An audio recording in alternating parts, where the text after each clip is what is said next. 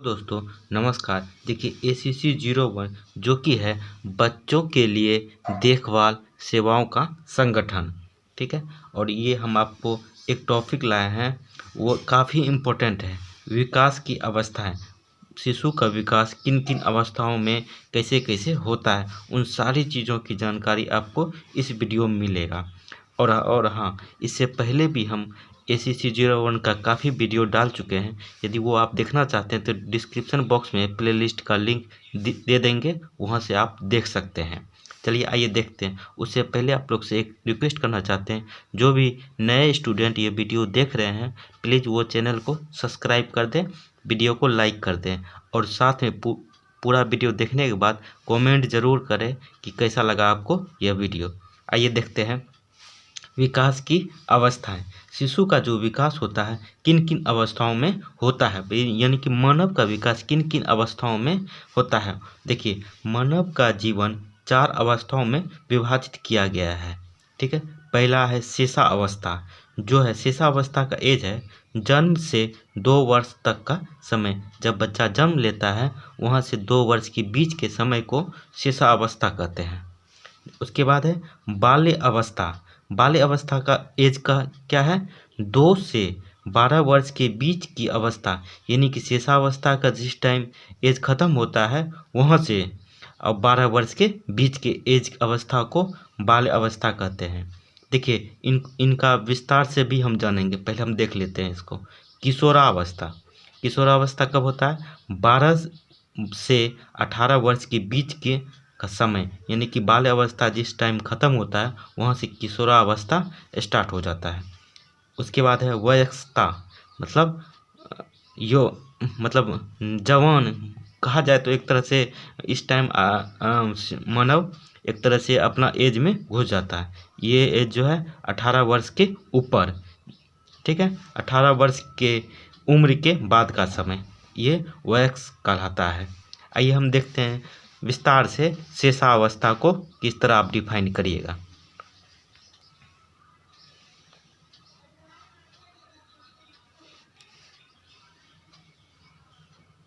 देखिए, शेषावस्था, शेषावस्था जन्म से 2 वर्ष के बीच का समय शेषावस्था कहलाता है। जन्म से जिस टाइम बच्चा जन्म लेता है वहाँ से 2 वर्ष के बीच का समय को शेषावस्था कहते हैं। और देखिए शेषावस्था में होता क्या क्या है, शिशु में क्या क्या परिवर्तन होते हैं। इस समय शिशु अपनी सभी आवश्यकताओं की पूर्ति के लिए पूर्णतः पालनकर्ता पर निर्भर होता है। इस टाइम जो शिशु है अपना पालन पूर्णतः अपने पालनकर्ता अपने माँ बाप पे निर्भर रहता है। इस समय शिशु में तीव्र वृद्धि और विकास होता है। अन्य अवस्थाओं से इस अवस्था शेषावस्था में शिशु का तीव्र वृद्धि और विकास होता है। अन्य अवस्थाओं से सबसे ज़्यादा इसी में होता है विकास, मतलब जब से जन्म लेता है और 2 वर्ष के बीच में तीव्र वृद्धि और विकास होता है। आइए देखते हैं, शेषावस्था के अंत तक वह चलने, दौड़ने और शब्दों द्वारा अपनी आवश्यकताओं को व्यक्त करने योग्य हो जाती है।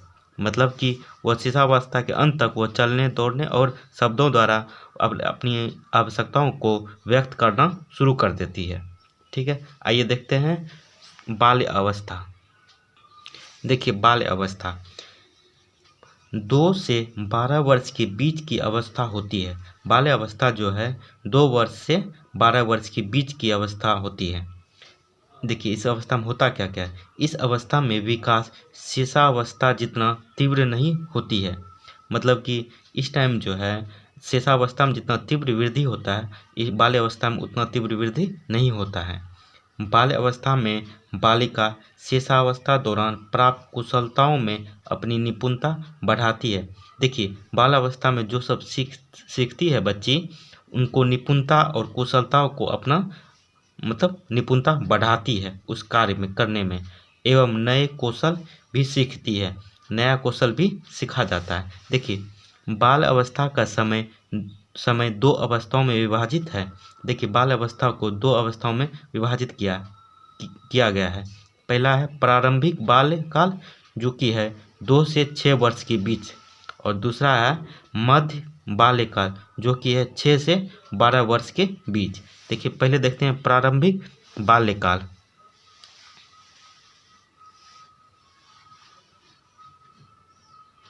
देखिए प्रारंभिक बाल्यकाल, प्रारंभिक काल जो कि इसका एज है 2 वर्ष से 6 वर्ष तक, ठीक है। इस समय के काल को शालापूर्व का समय भी कहा जाता है। शालापूर्व जो है इस 2 वर्ष से 6 वर्ष के बीच का काल को शालापूर्व काल भी कहा जाता है, क्योंकि इस समय की उम्र में बालिका ऐसे कौशल सीखती है जो भविष्य में शिक्षा से संबंधित कार्यों में उसकी मदद करती है। इस टाइम जो है बालिका नया ऐसा चीज़ सीखती है जो कि उसको आगे चल के इनको मदद मिलता है। देखिए शालापुर बच्चे एज में उम्र में कि बालिका का जो है भाषाई विकास तीव्र गति से होता है और वह प्रायः आसपास की वस्तुओं एवं लोगों के बारे में प्रश्न पूछती है और वह अंकों, रंगों, आकारों के बारे में सीखती है, ठीक है। और वह कुछ प्रतिदिन घटनाओं जो होता है उसको समझने लगती है, ये शालापुर एज में। ये दूसरा देखते हैं मध्यकाल, जो कि है 6 वर्ष से 12 वर्ष के बीच का समय काल, ठीक है। 6 से 12 वर्ष की आयु वर्ग की बालिका। अच्छा एक चीज़ आपको हम बता रहे हैं, यहाँ पे बालक नहीं लिख के बालिका लिखा जाता है, तो कहीं पर भी आप बुक में भी देखिएगा बालक की जगह बालिका लिखा जाता है। तो इसका कारण ये है कि बालिका जो है बालक से तीव्र गति से उनका वृद्धि होता है, विकास होता है, इसलिए बालिका को ही लेके मापदंड लेके चला जाता है, ठीक है। आप समझ गए होंगे बालक की जगह बालिका क्यों लिखा जाता है, ठीक है। आगे देखते हैं अधिक परिपक्व हो जाती है, मतलब 6 से 12 वर्ष के बीच में वह अधिक परिपक्व हो जाती है और शालापुर बालिका की अपेक्षा उससे अधिक जिम्मेदारी व्यवहार की आशा की जाती है। उनसे जो है अधिक व्यवहारिक मतलब सोचा जाता है कि वो अपने से स्कूल चला जाए, वो अपने से खाना खाने का कोशिश करें, मतलब ये सब उनके माता पिता उससे चाहते हैं कि ये सब काम वह कर सके। आइए तीसरा देखते हैं किशोरावस्था। किशोरावस्था का जो एज है 12 से 18 वर्ष के बीच का अवस्था को किशोरावस्था कहते हैं। और इस अवस्था में देखिए इस अवस्था में यौवन आरंभ की अवस्था होती है। लगभग 11 से 14 वर्ष के आसपास की अवस्था यौवना आरंभ की अवस्था कहलाती है। देखिए किशोरावस्था में जो है इसमें शारीरिक विकास तेजी से होता है, मतलब होता है, जैसे कि आप ऊंचाई ले लीजिए, हाइट बढ़ता है, वजन बढ़ता है और द्वितीय यौन विशेषता भी प्रकट होने लगती है। जैसे लड़कों को दाढ़ी आने लगती है, लड़की में वक्ष स्थल का विकास होता है।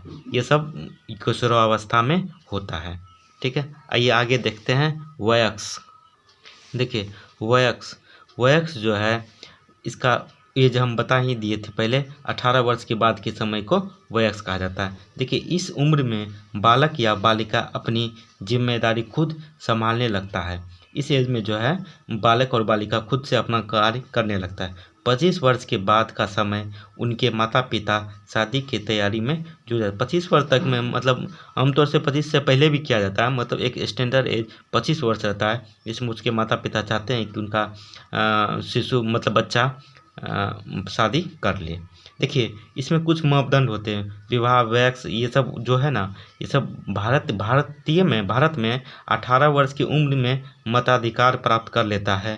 कानून तौर पर लड़कों और लड़कियों का विवाह उम्र क्रमशः मतलब अभी तो बढ़ा दिया गया है, लड़की का एज 21 साल कर दिया गया है, ठीक है। ये सब वयस्क में कुछ विशेष गुण हैं, ठीक है। आइए हम कुछ एक प्रश्न देखते हैं इसी से रिलेटेड, जो हम आपको बताएं इसी से रिलेटेड। देखिए शालापुर बच्चों के लिए आहार संबंधी किन किन बातों का ध्यान रखा जाए।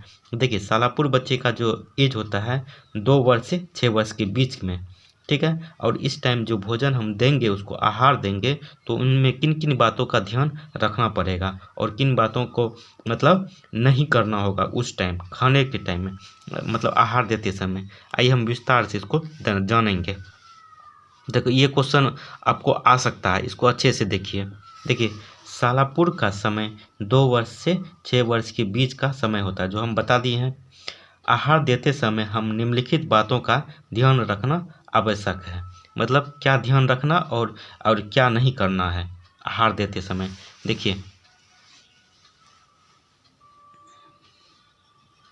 देखिए यह करना है, जो यह करना है यह नहीं करना है, ठीक है। देखिए करना क्या है, बालिका को दूध, हरी पत्तेदार सब्जियां, गाजर, आम, पपीता और विटामिन ए की प्रचुरता वाले अन्य आहार दे, मतलब कि ये सब आहार देना है सालापुर बच्चे को। और क्या नहीं देना है, क्या नहीं करना है, बालिका के बीमार होने पर आहार के अंतर ग्रहण पर रोक न लगाए, मतलब बालिका जब बीमार पड़ जाती है तो उसको भोजन आहार नहीं रोकना चाहिए। आइए दूसरा देखते हैं, यह सुनिश्चित करें कि बालिका आहार के समय प्रसन्नचित्त होते हैं, मतलब खुशी रहता है कि नहीं जिस टाइम आहार देते हैं। और देखिए पारितोषिक या दंड के स्रोत के रूप में भोजन का प्रयोग ना करें, मतलब कि दंड के रूप में आप ये काम नहीं करोगे तो हम आपको भोजन दे देंगे, ये नहीं करना है, ठीक है। आगे देखते हैं तीसरा पॉइंट, ये काफ़ी इम्पोर्टेंट है, यह आपको आ सकता है एग्जाम में।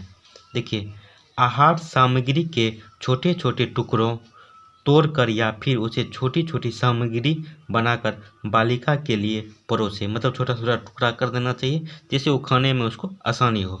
देखिए और करना क्या नहीं है, आहार के आसपास समय में अल्पाहार ना दें, जिस टाइम आहार देते हैं उसके आसपास मतलब थोड़ा देर पहले या पहले उनको अल्पाहार ना दें, ताकि उसका पेट भरा हुआ रहेगा तो वो क्या खाएगी। आइए चौथा पॉइंट देखते हैं।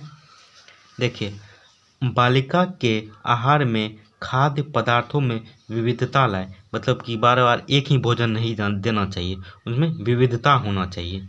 देखिए क्या नहीं करना, खाने के लिए बालिका के साथ जोर ज़बरदस्ती न करें, यदि नहीं खा रही है तो उसको जोर मार पीट के नहीं खिलाना चाहिए।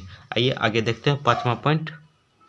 देखिए कम मात्रा में किंतु थोड़ी थोड़ी देर के बाद आहार दें, कम मात्रा में दें मगर थोड़ा टाइम इंटरवल के बाद देना चाहिए। देखिए करना क्या नहीं है, बहुत गर्म या बहुत ठंडा भोजन ना परोसे बच्चे को। देखिए छठा पॉइंट देखिए, आहारों के बीच में पौष्टिकता अल्पाहार दें।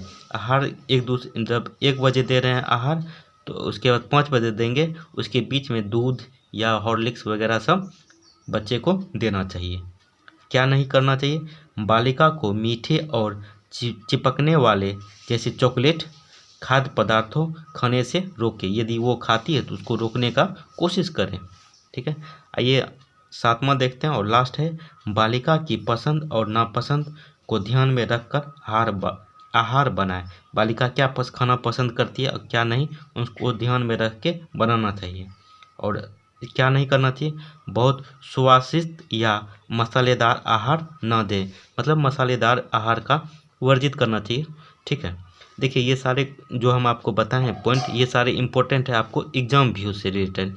चलिए कैसा लगा आपको वीडियो, कमेंट करके ज़रूर बताएं और चैनल को सब्सक्राइब कर दें, वीडियो को लाइक कर दें। चलिए थैंक यू, जय हिंद, जय भारत।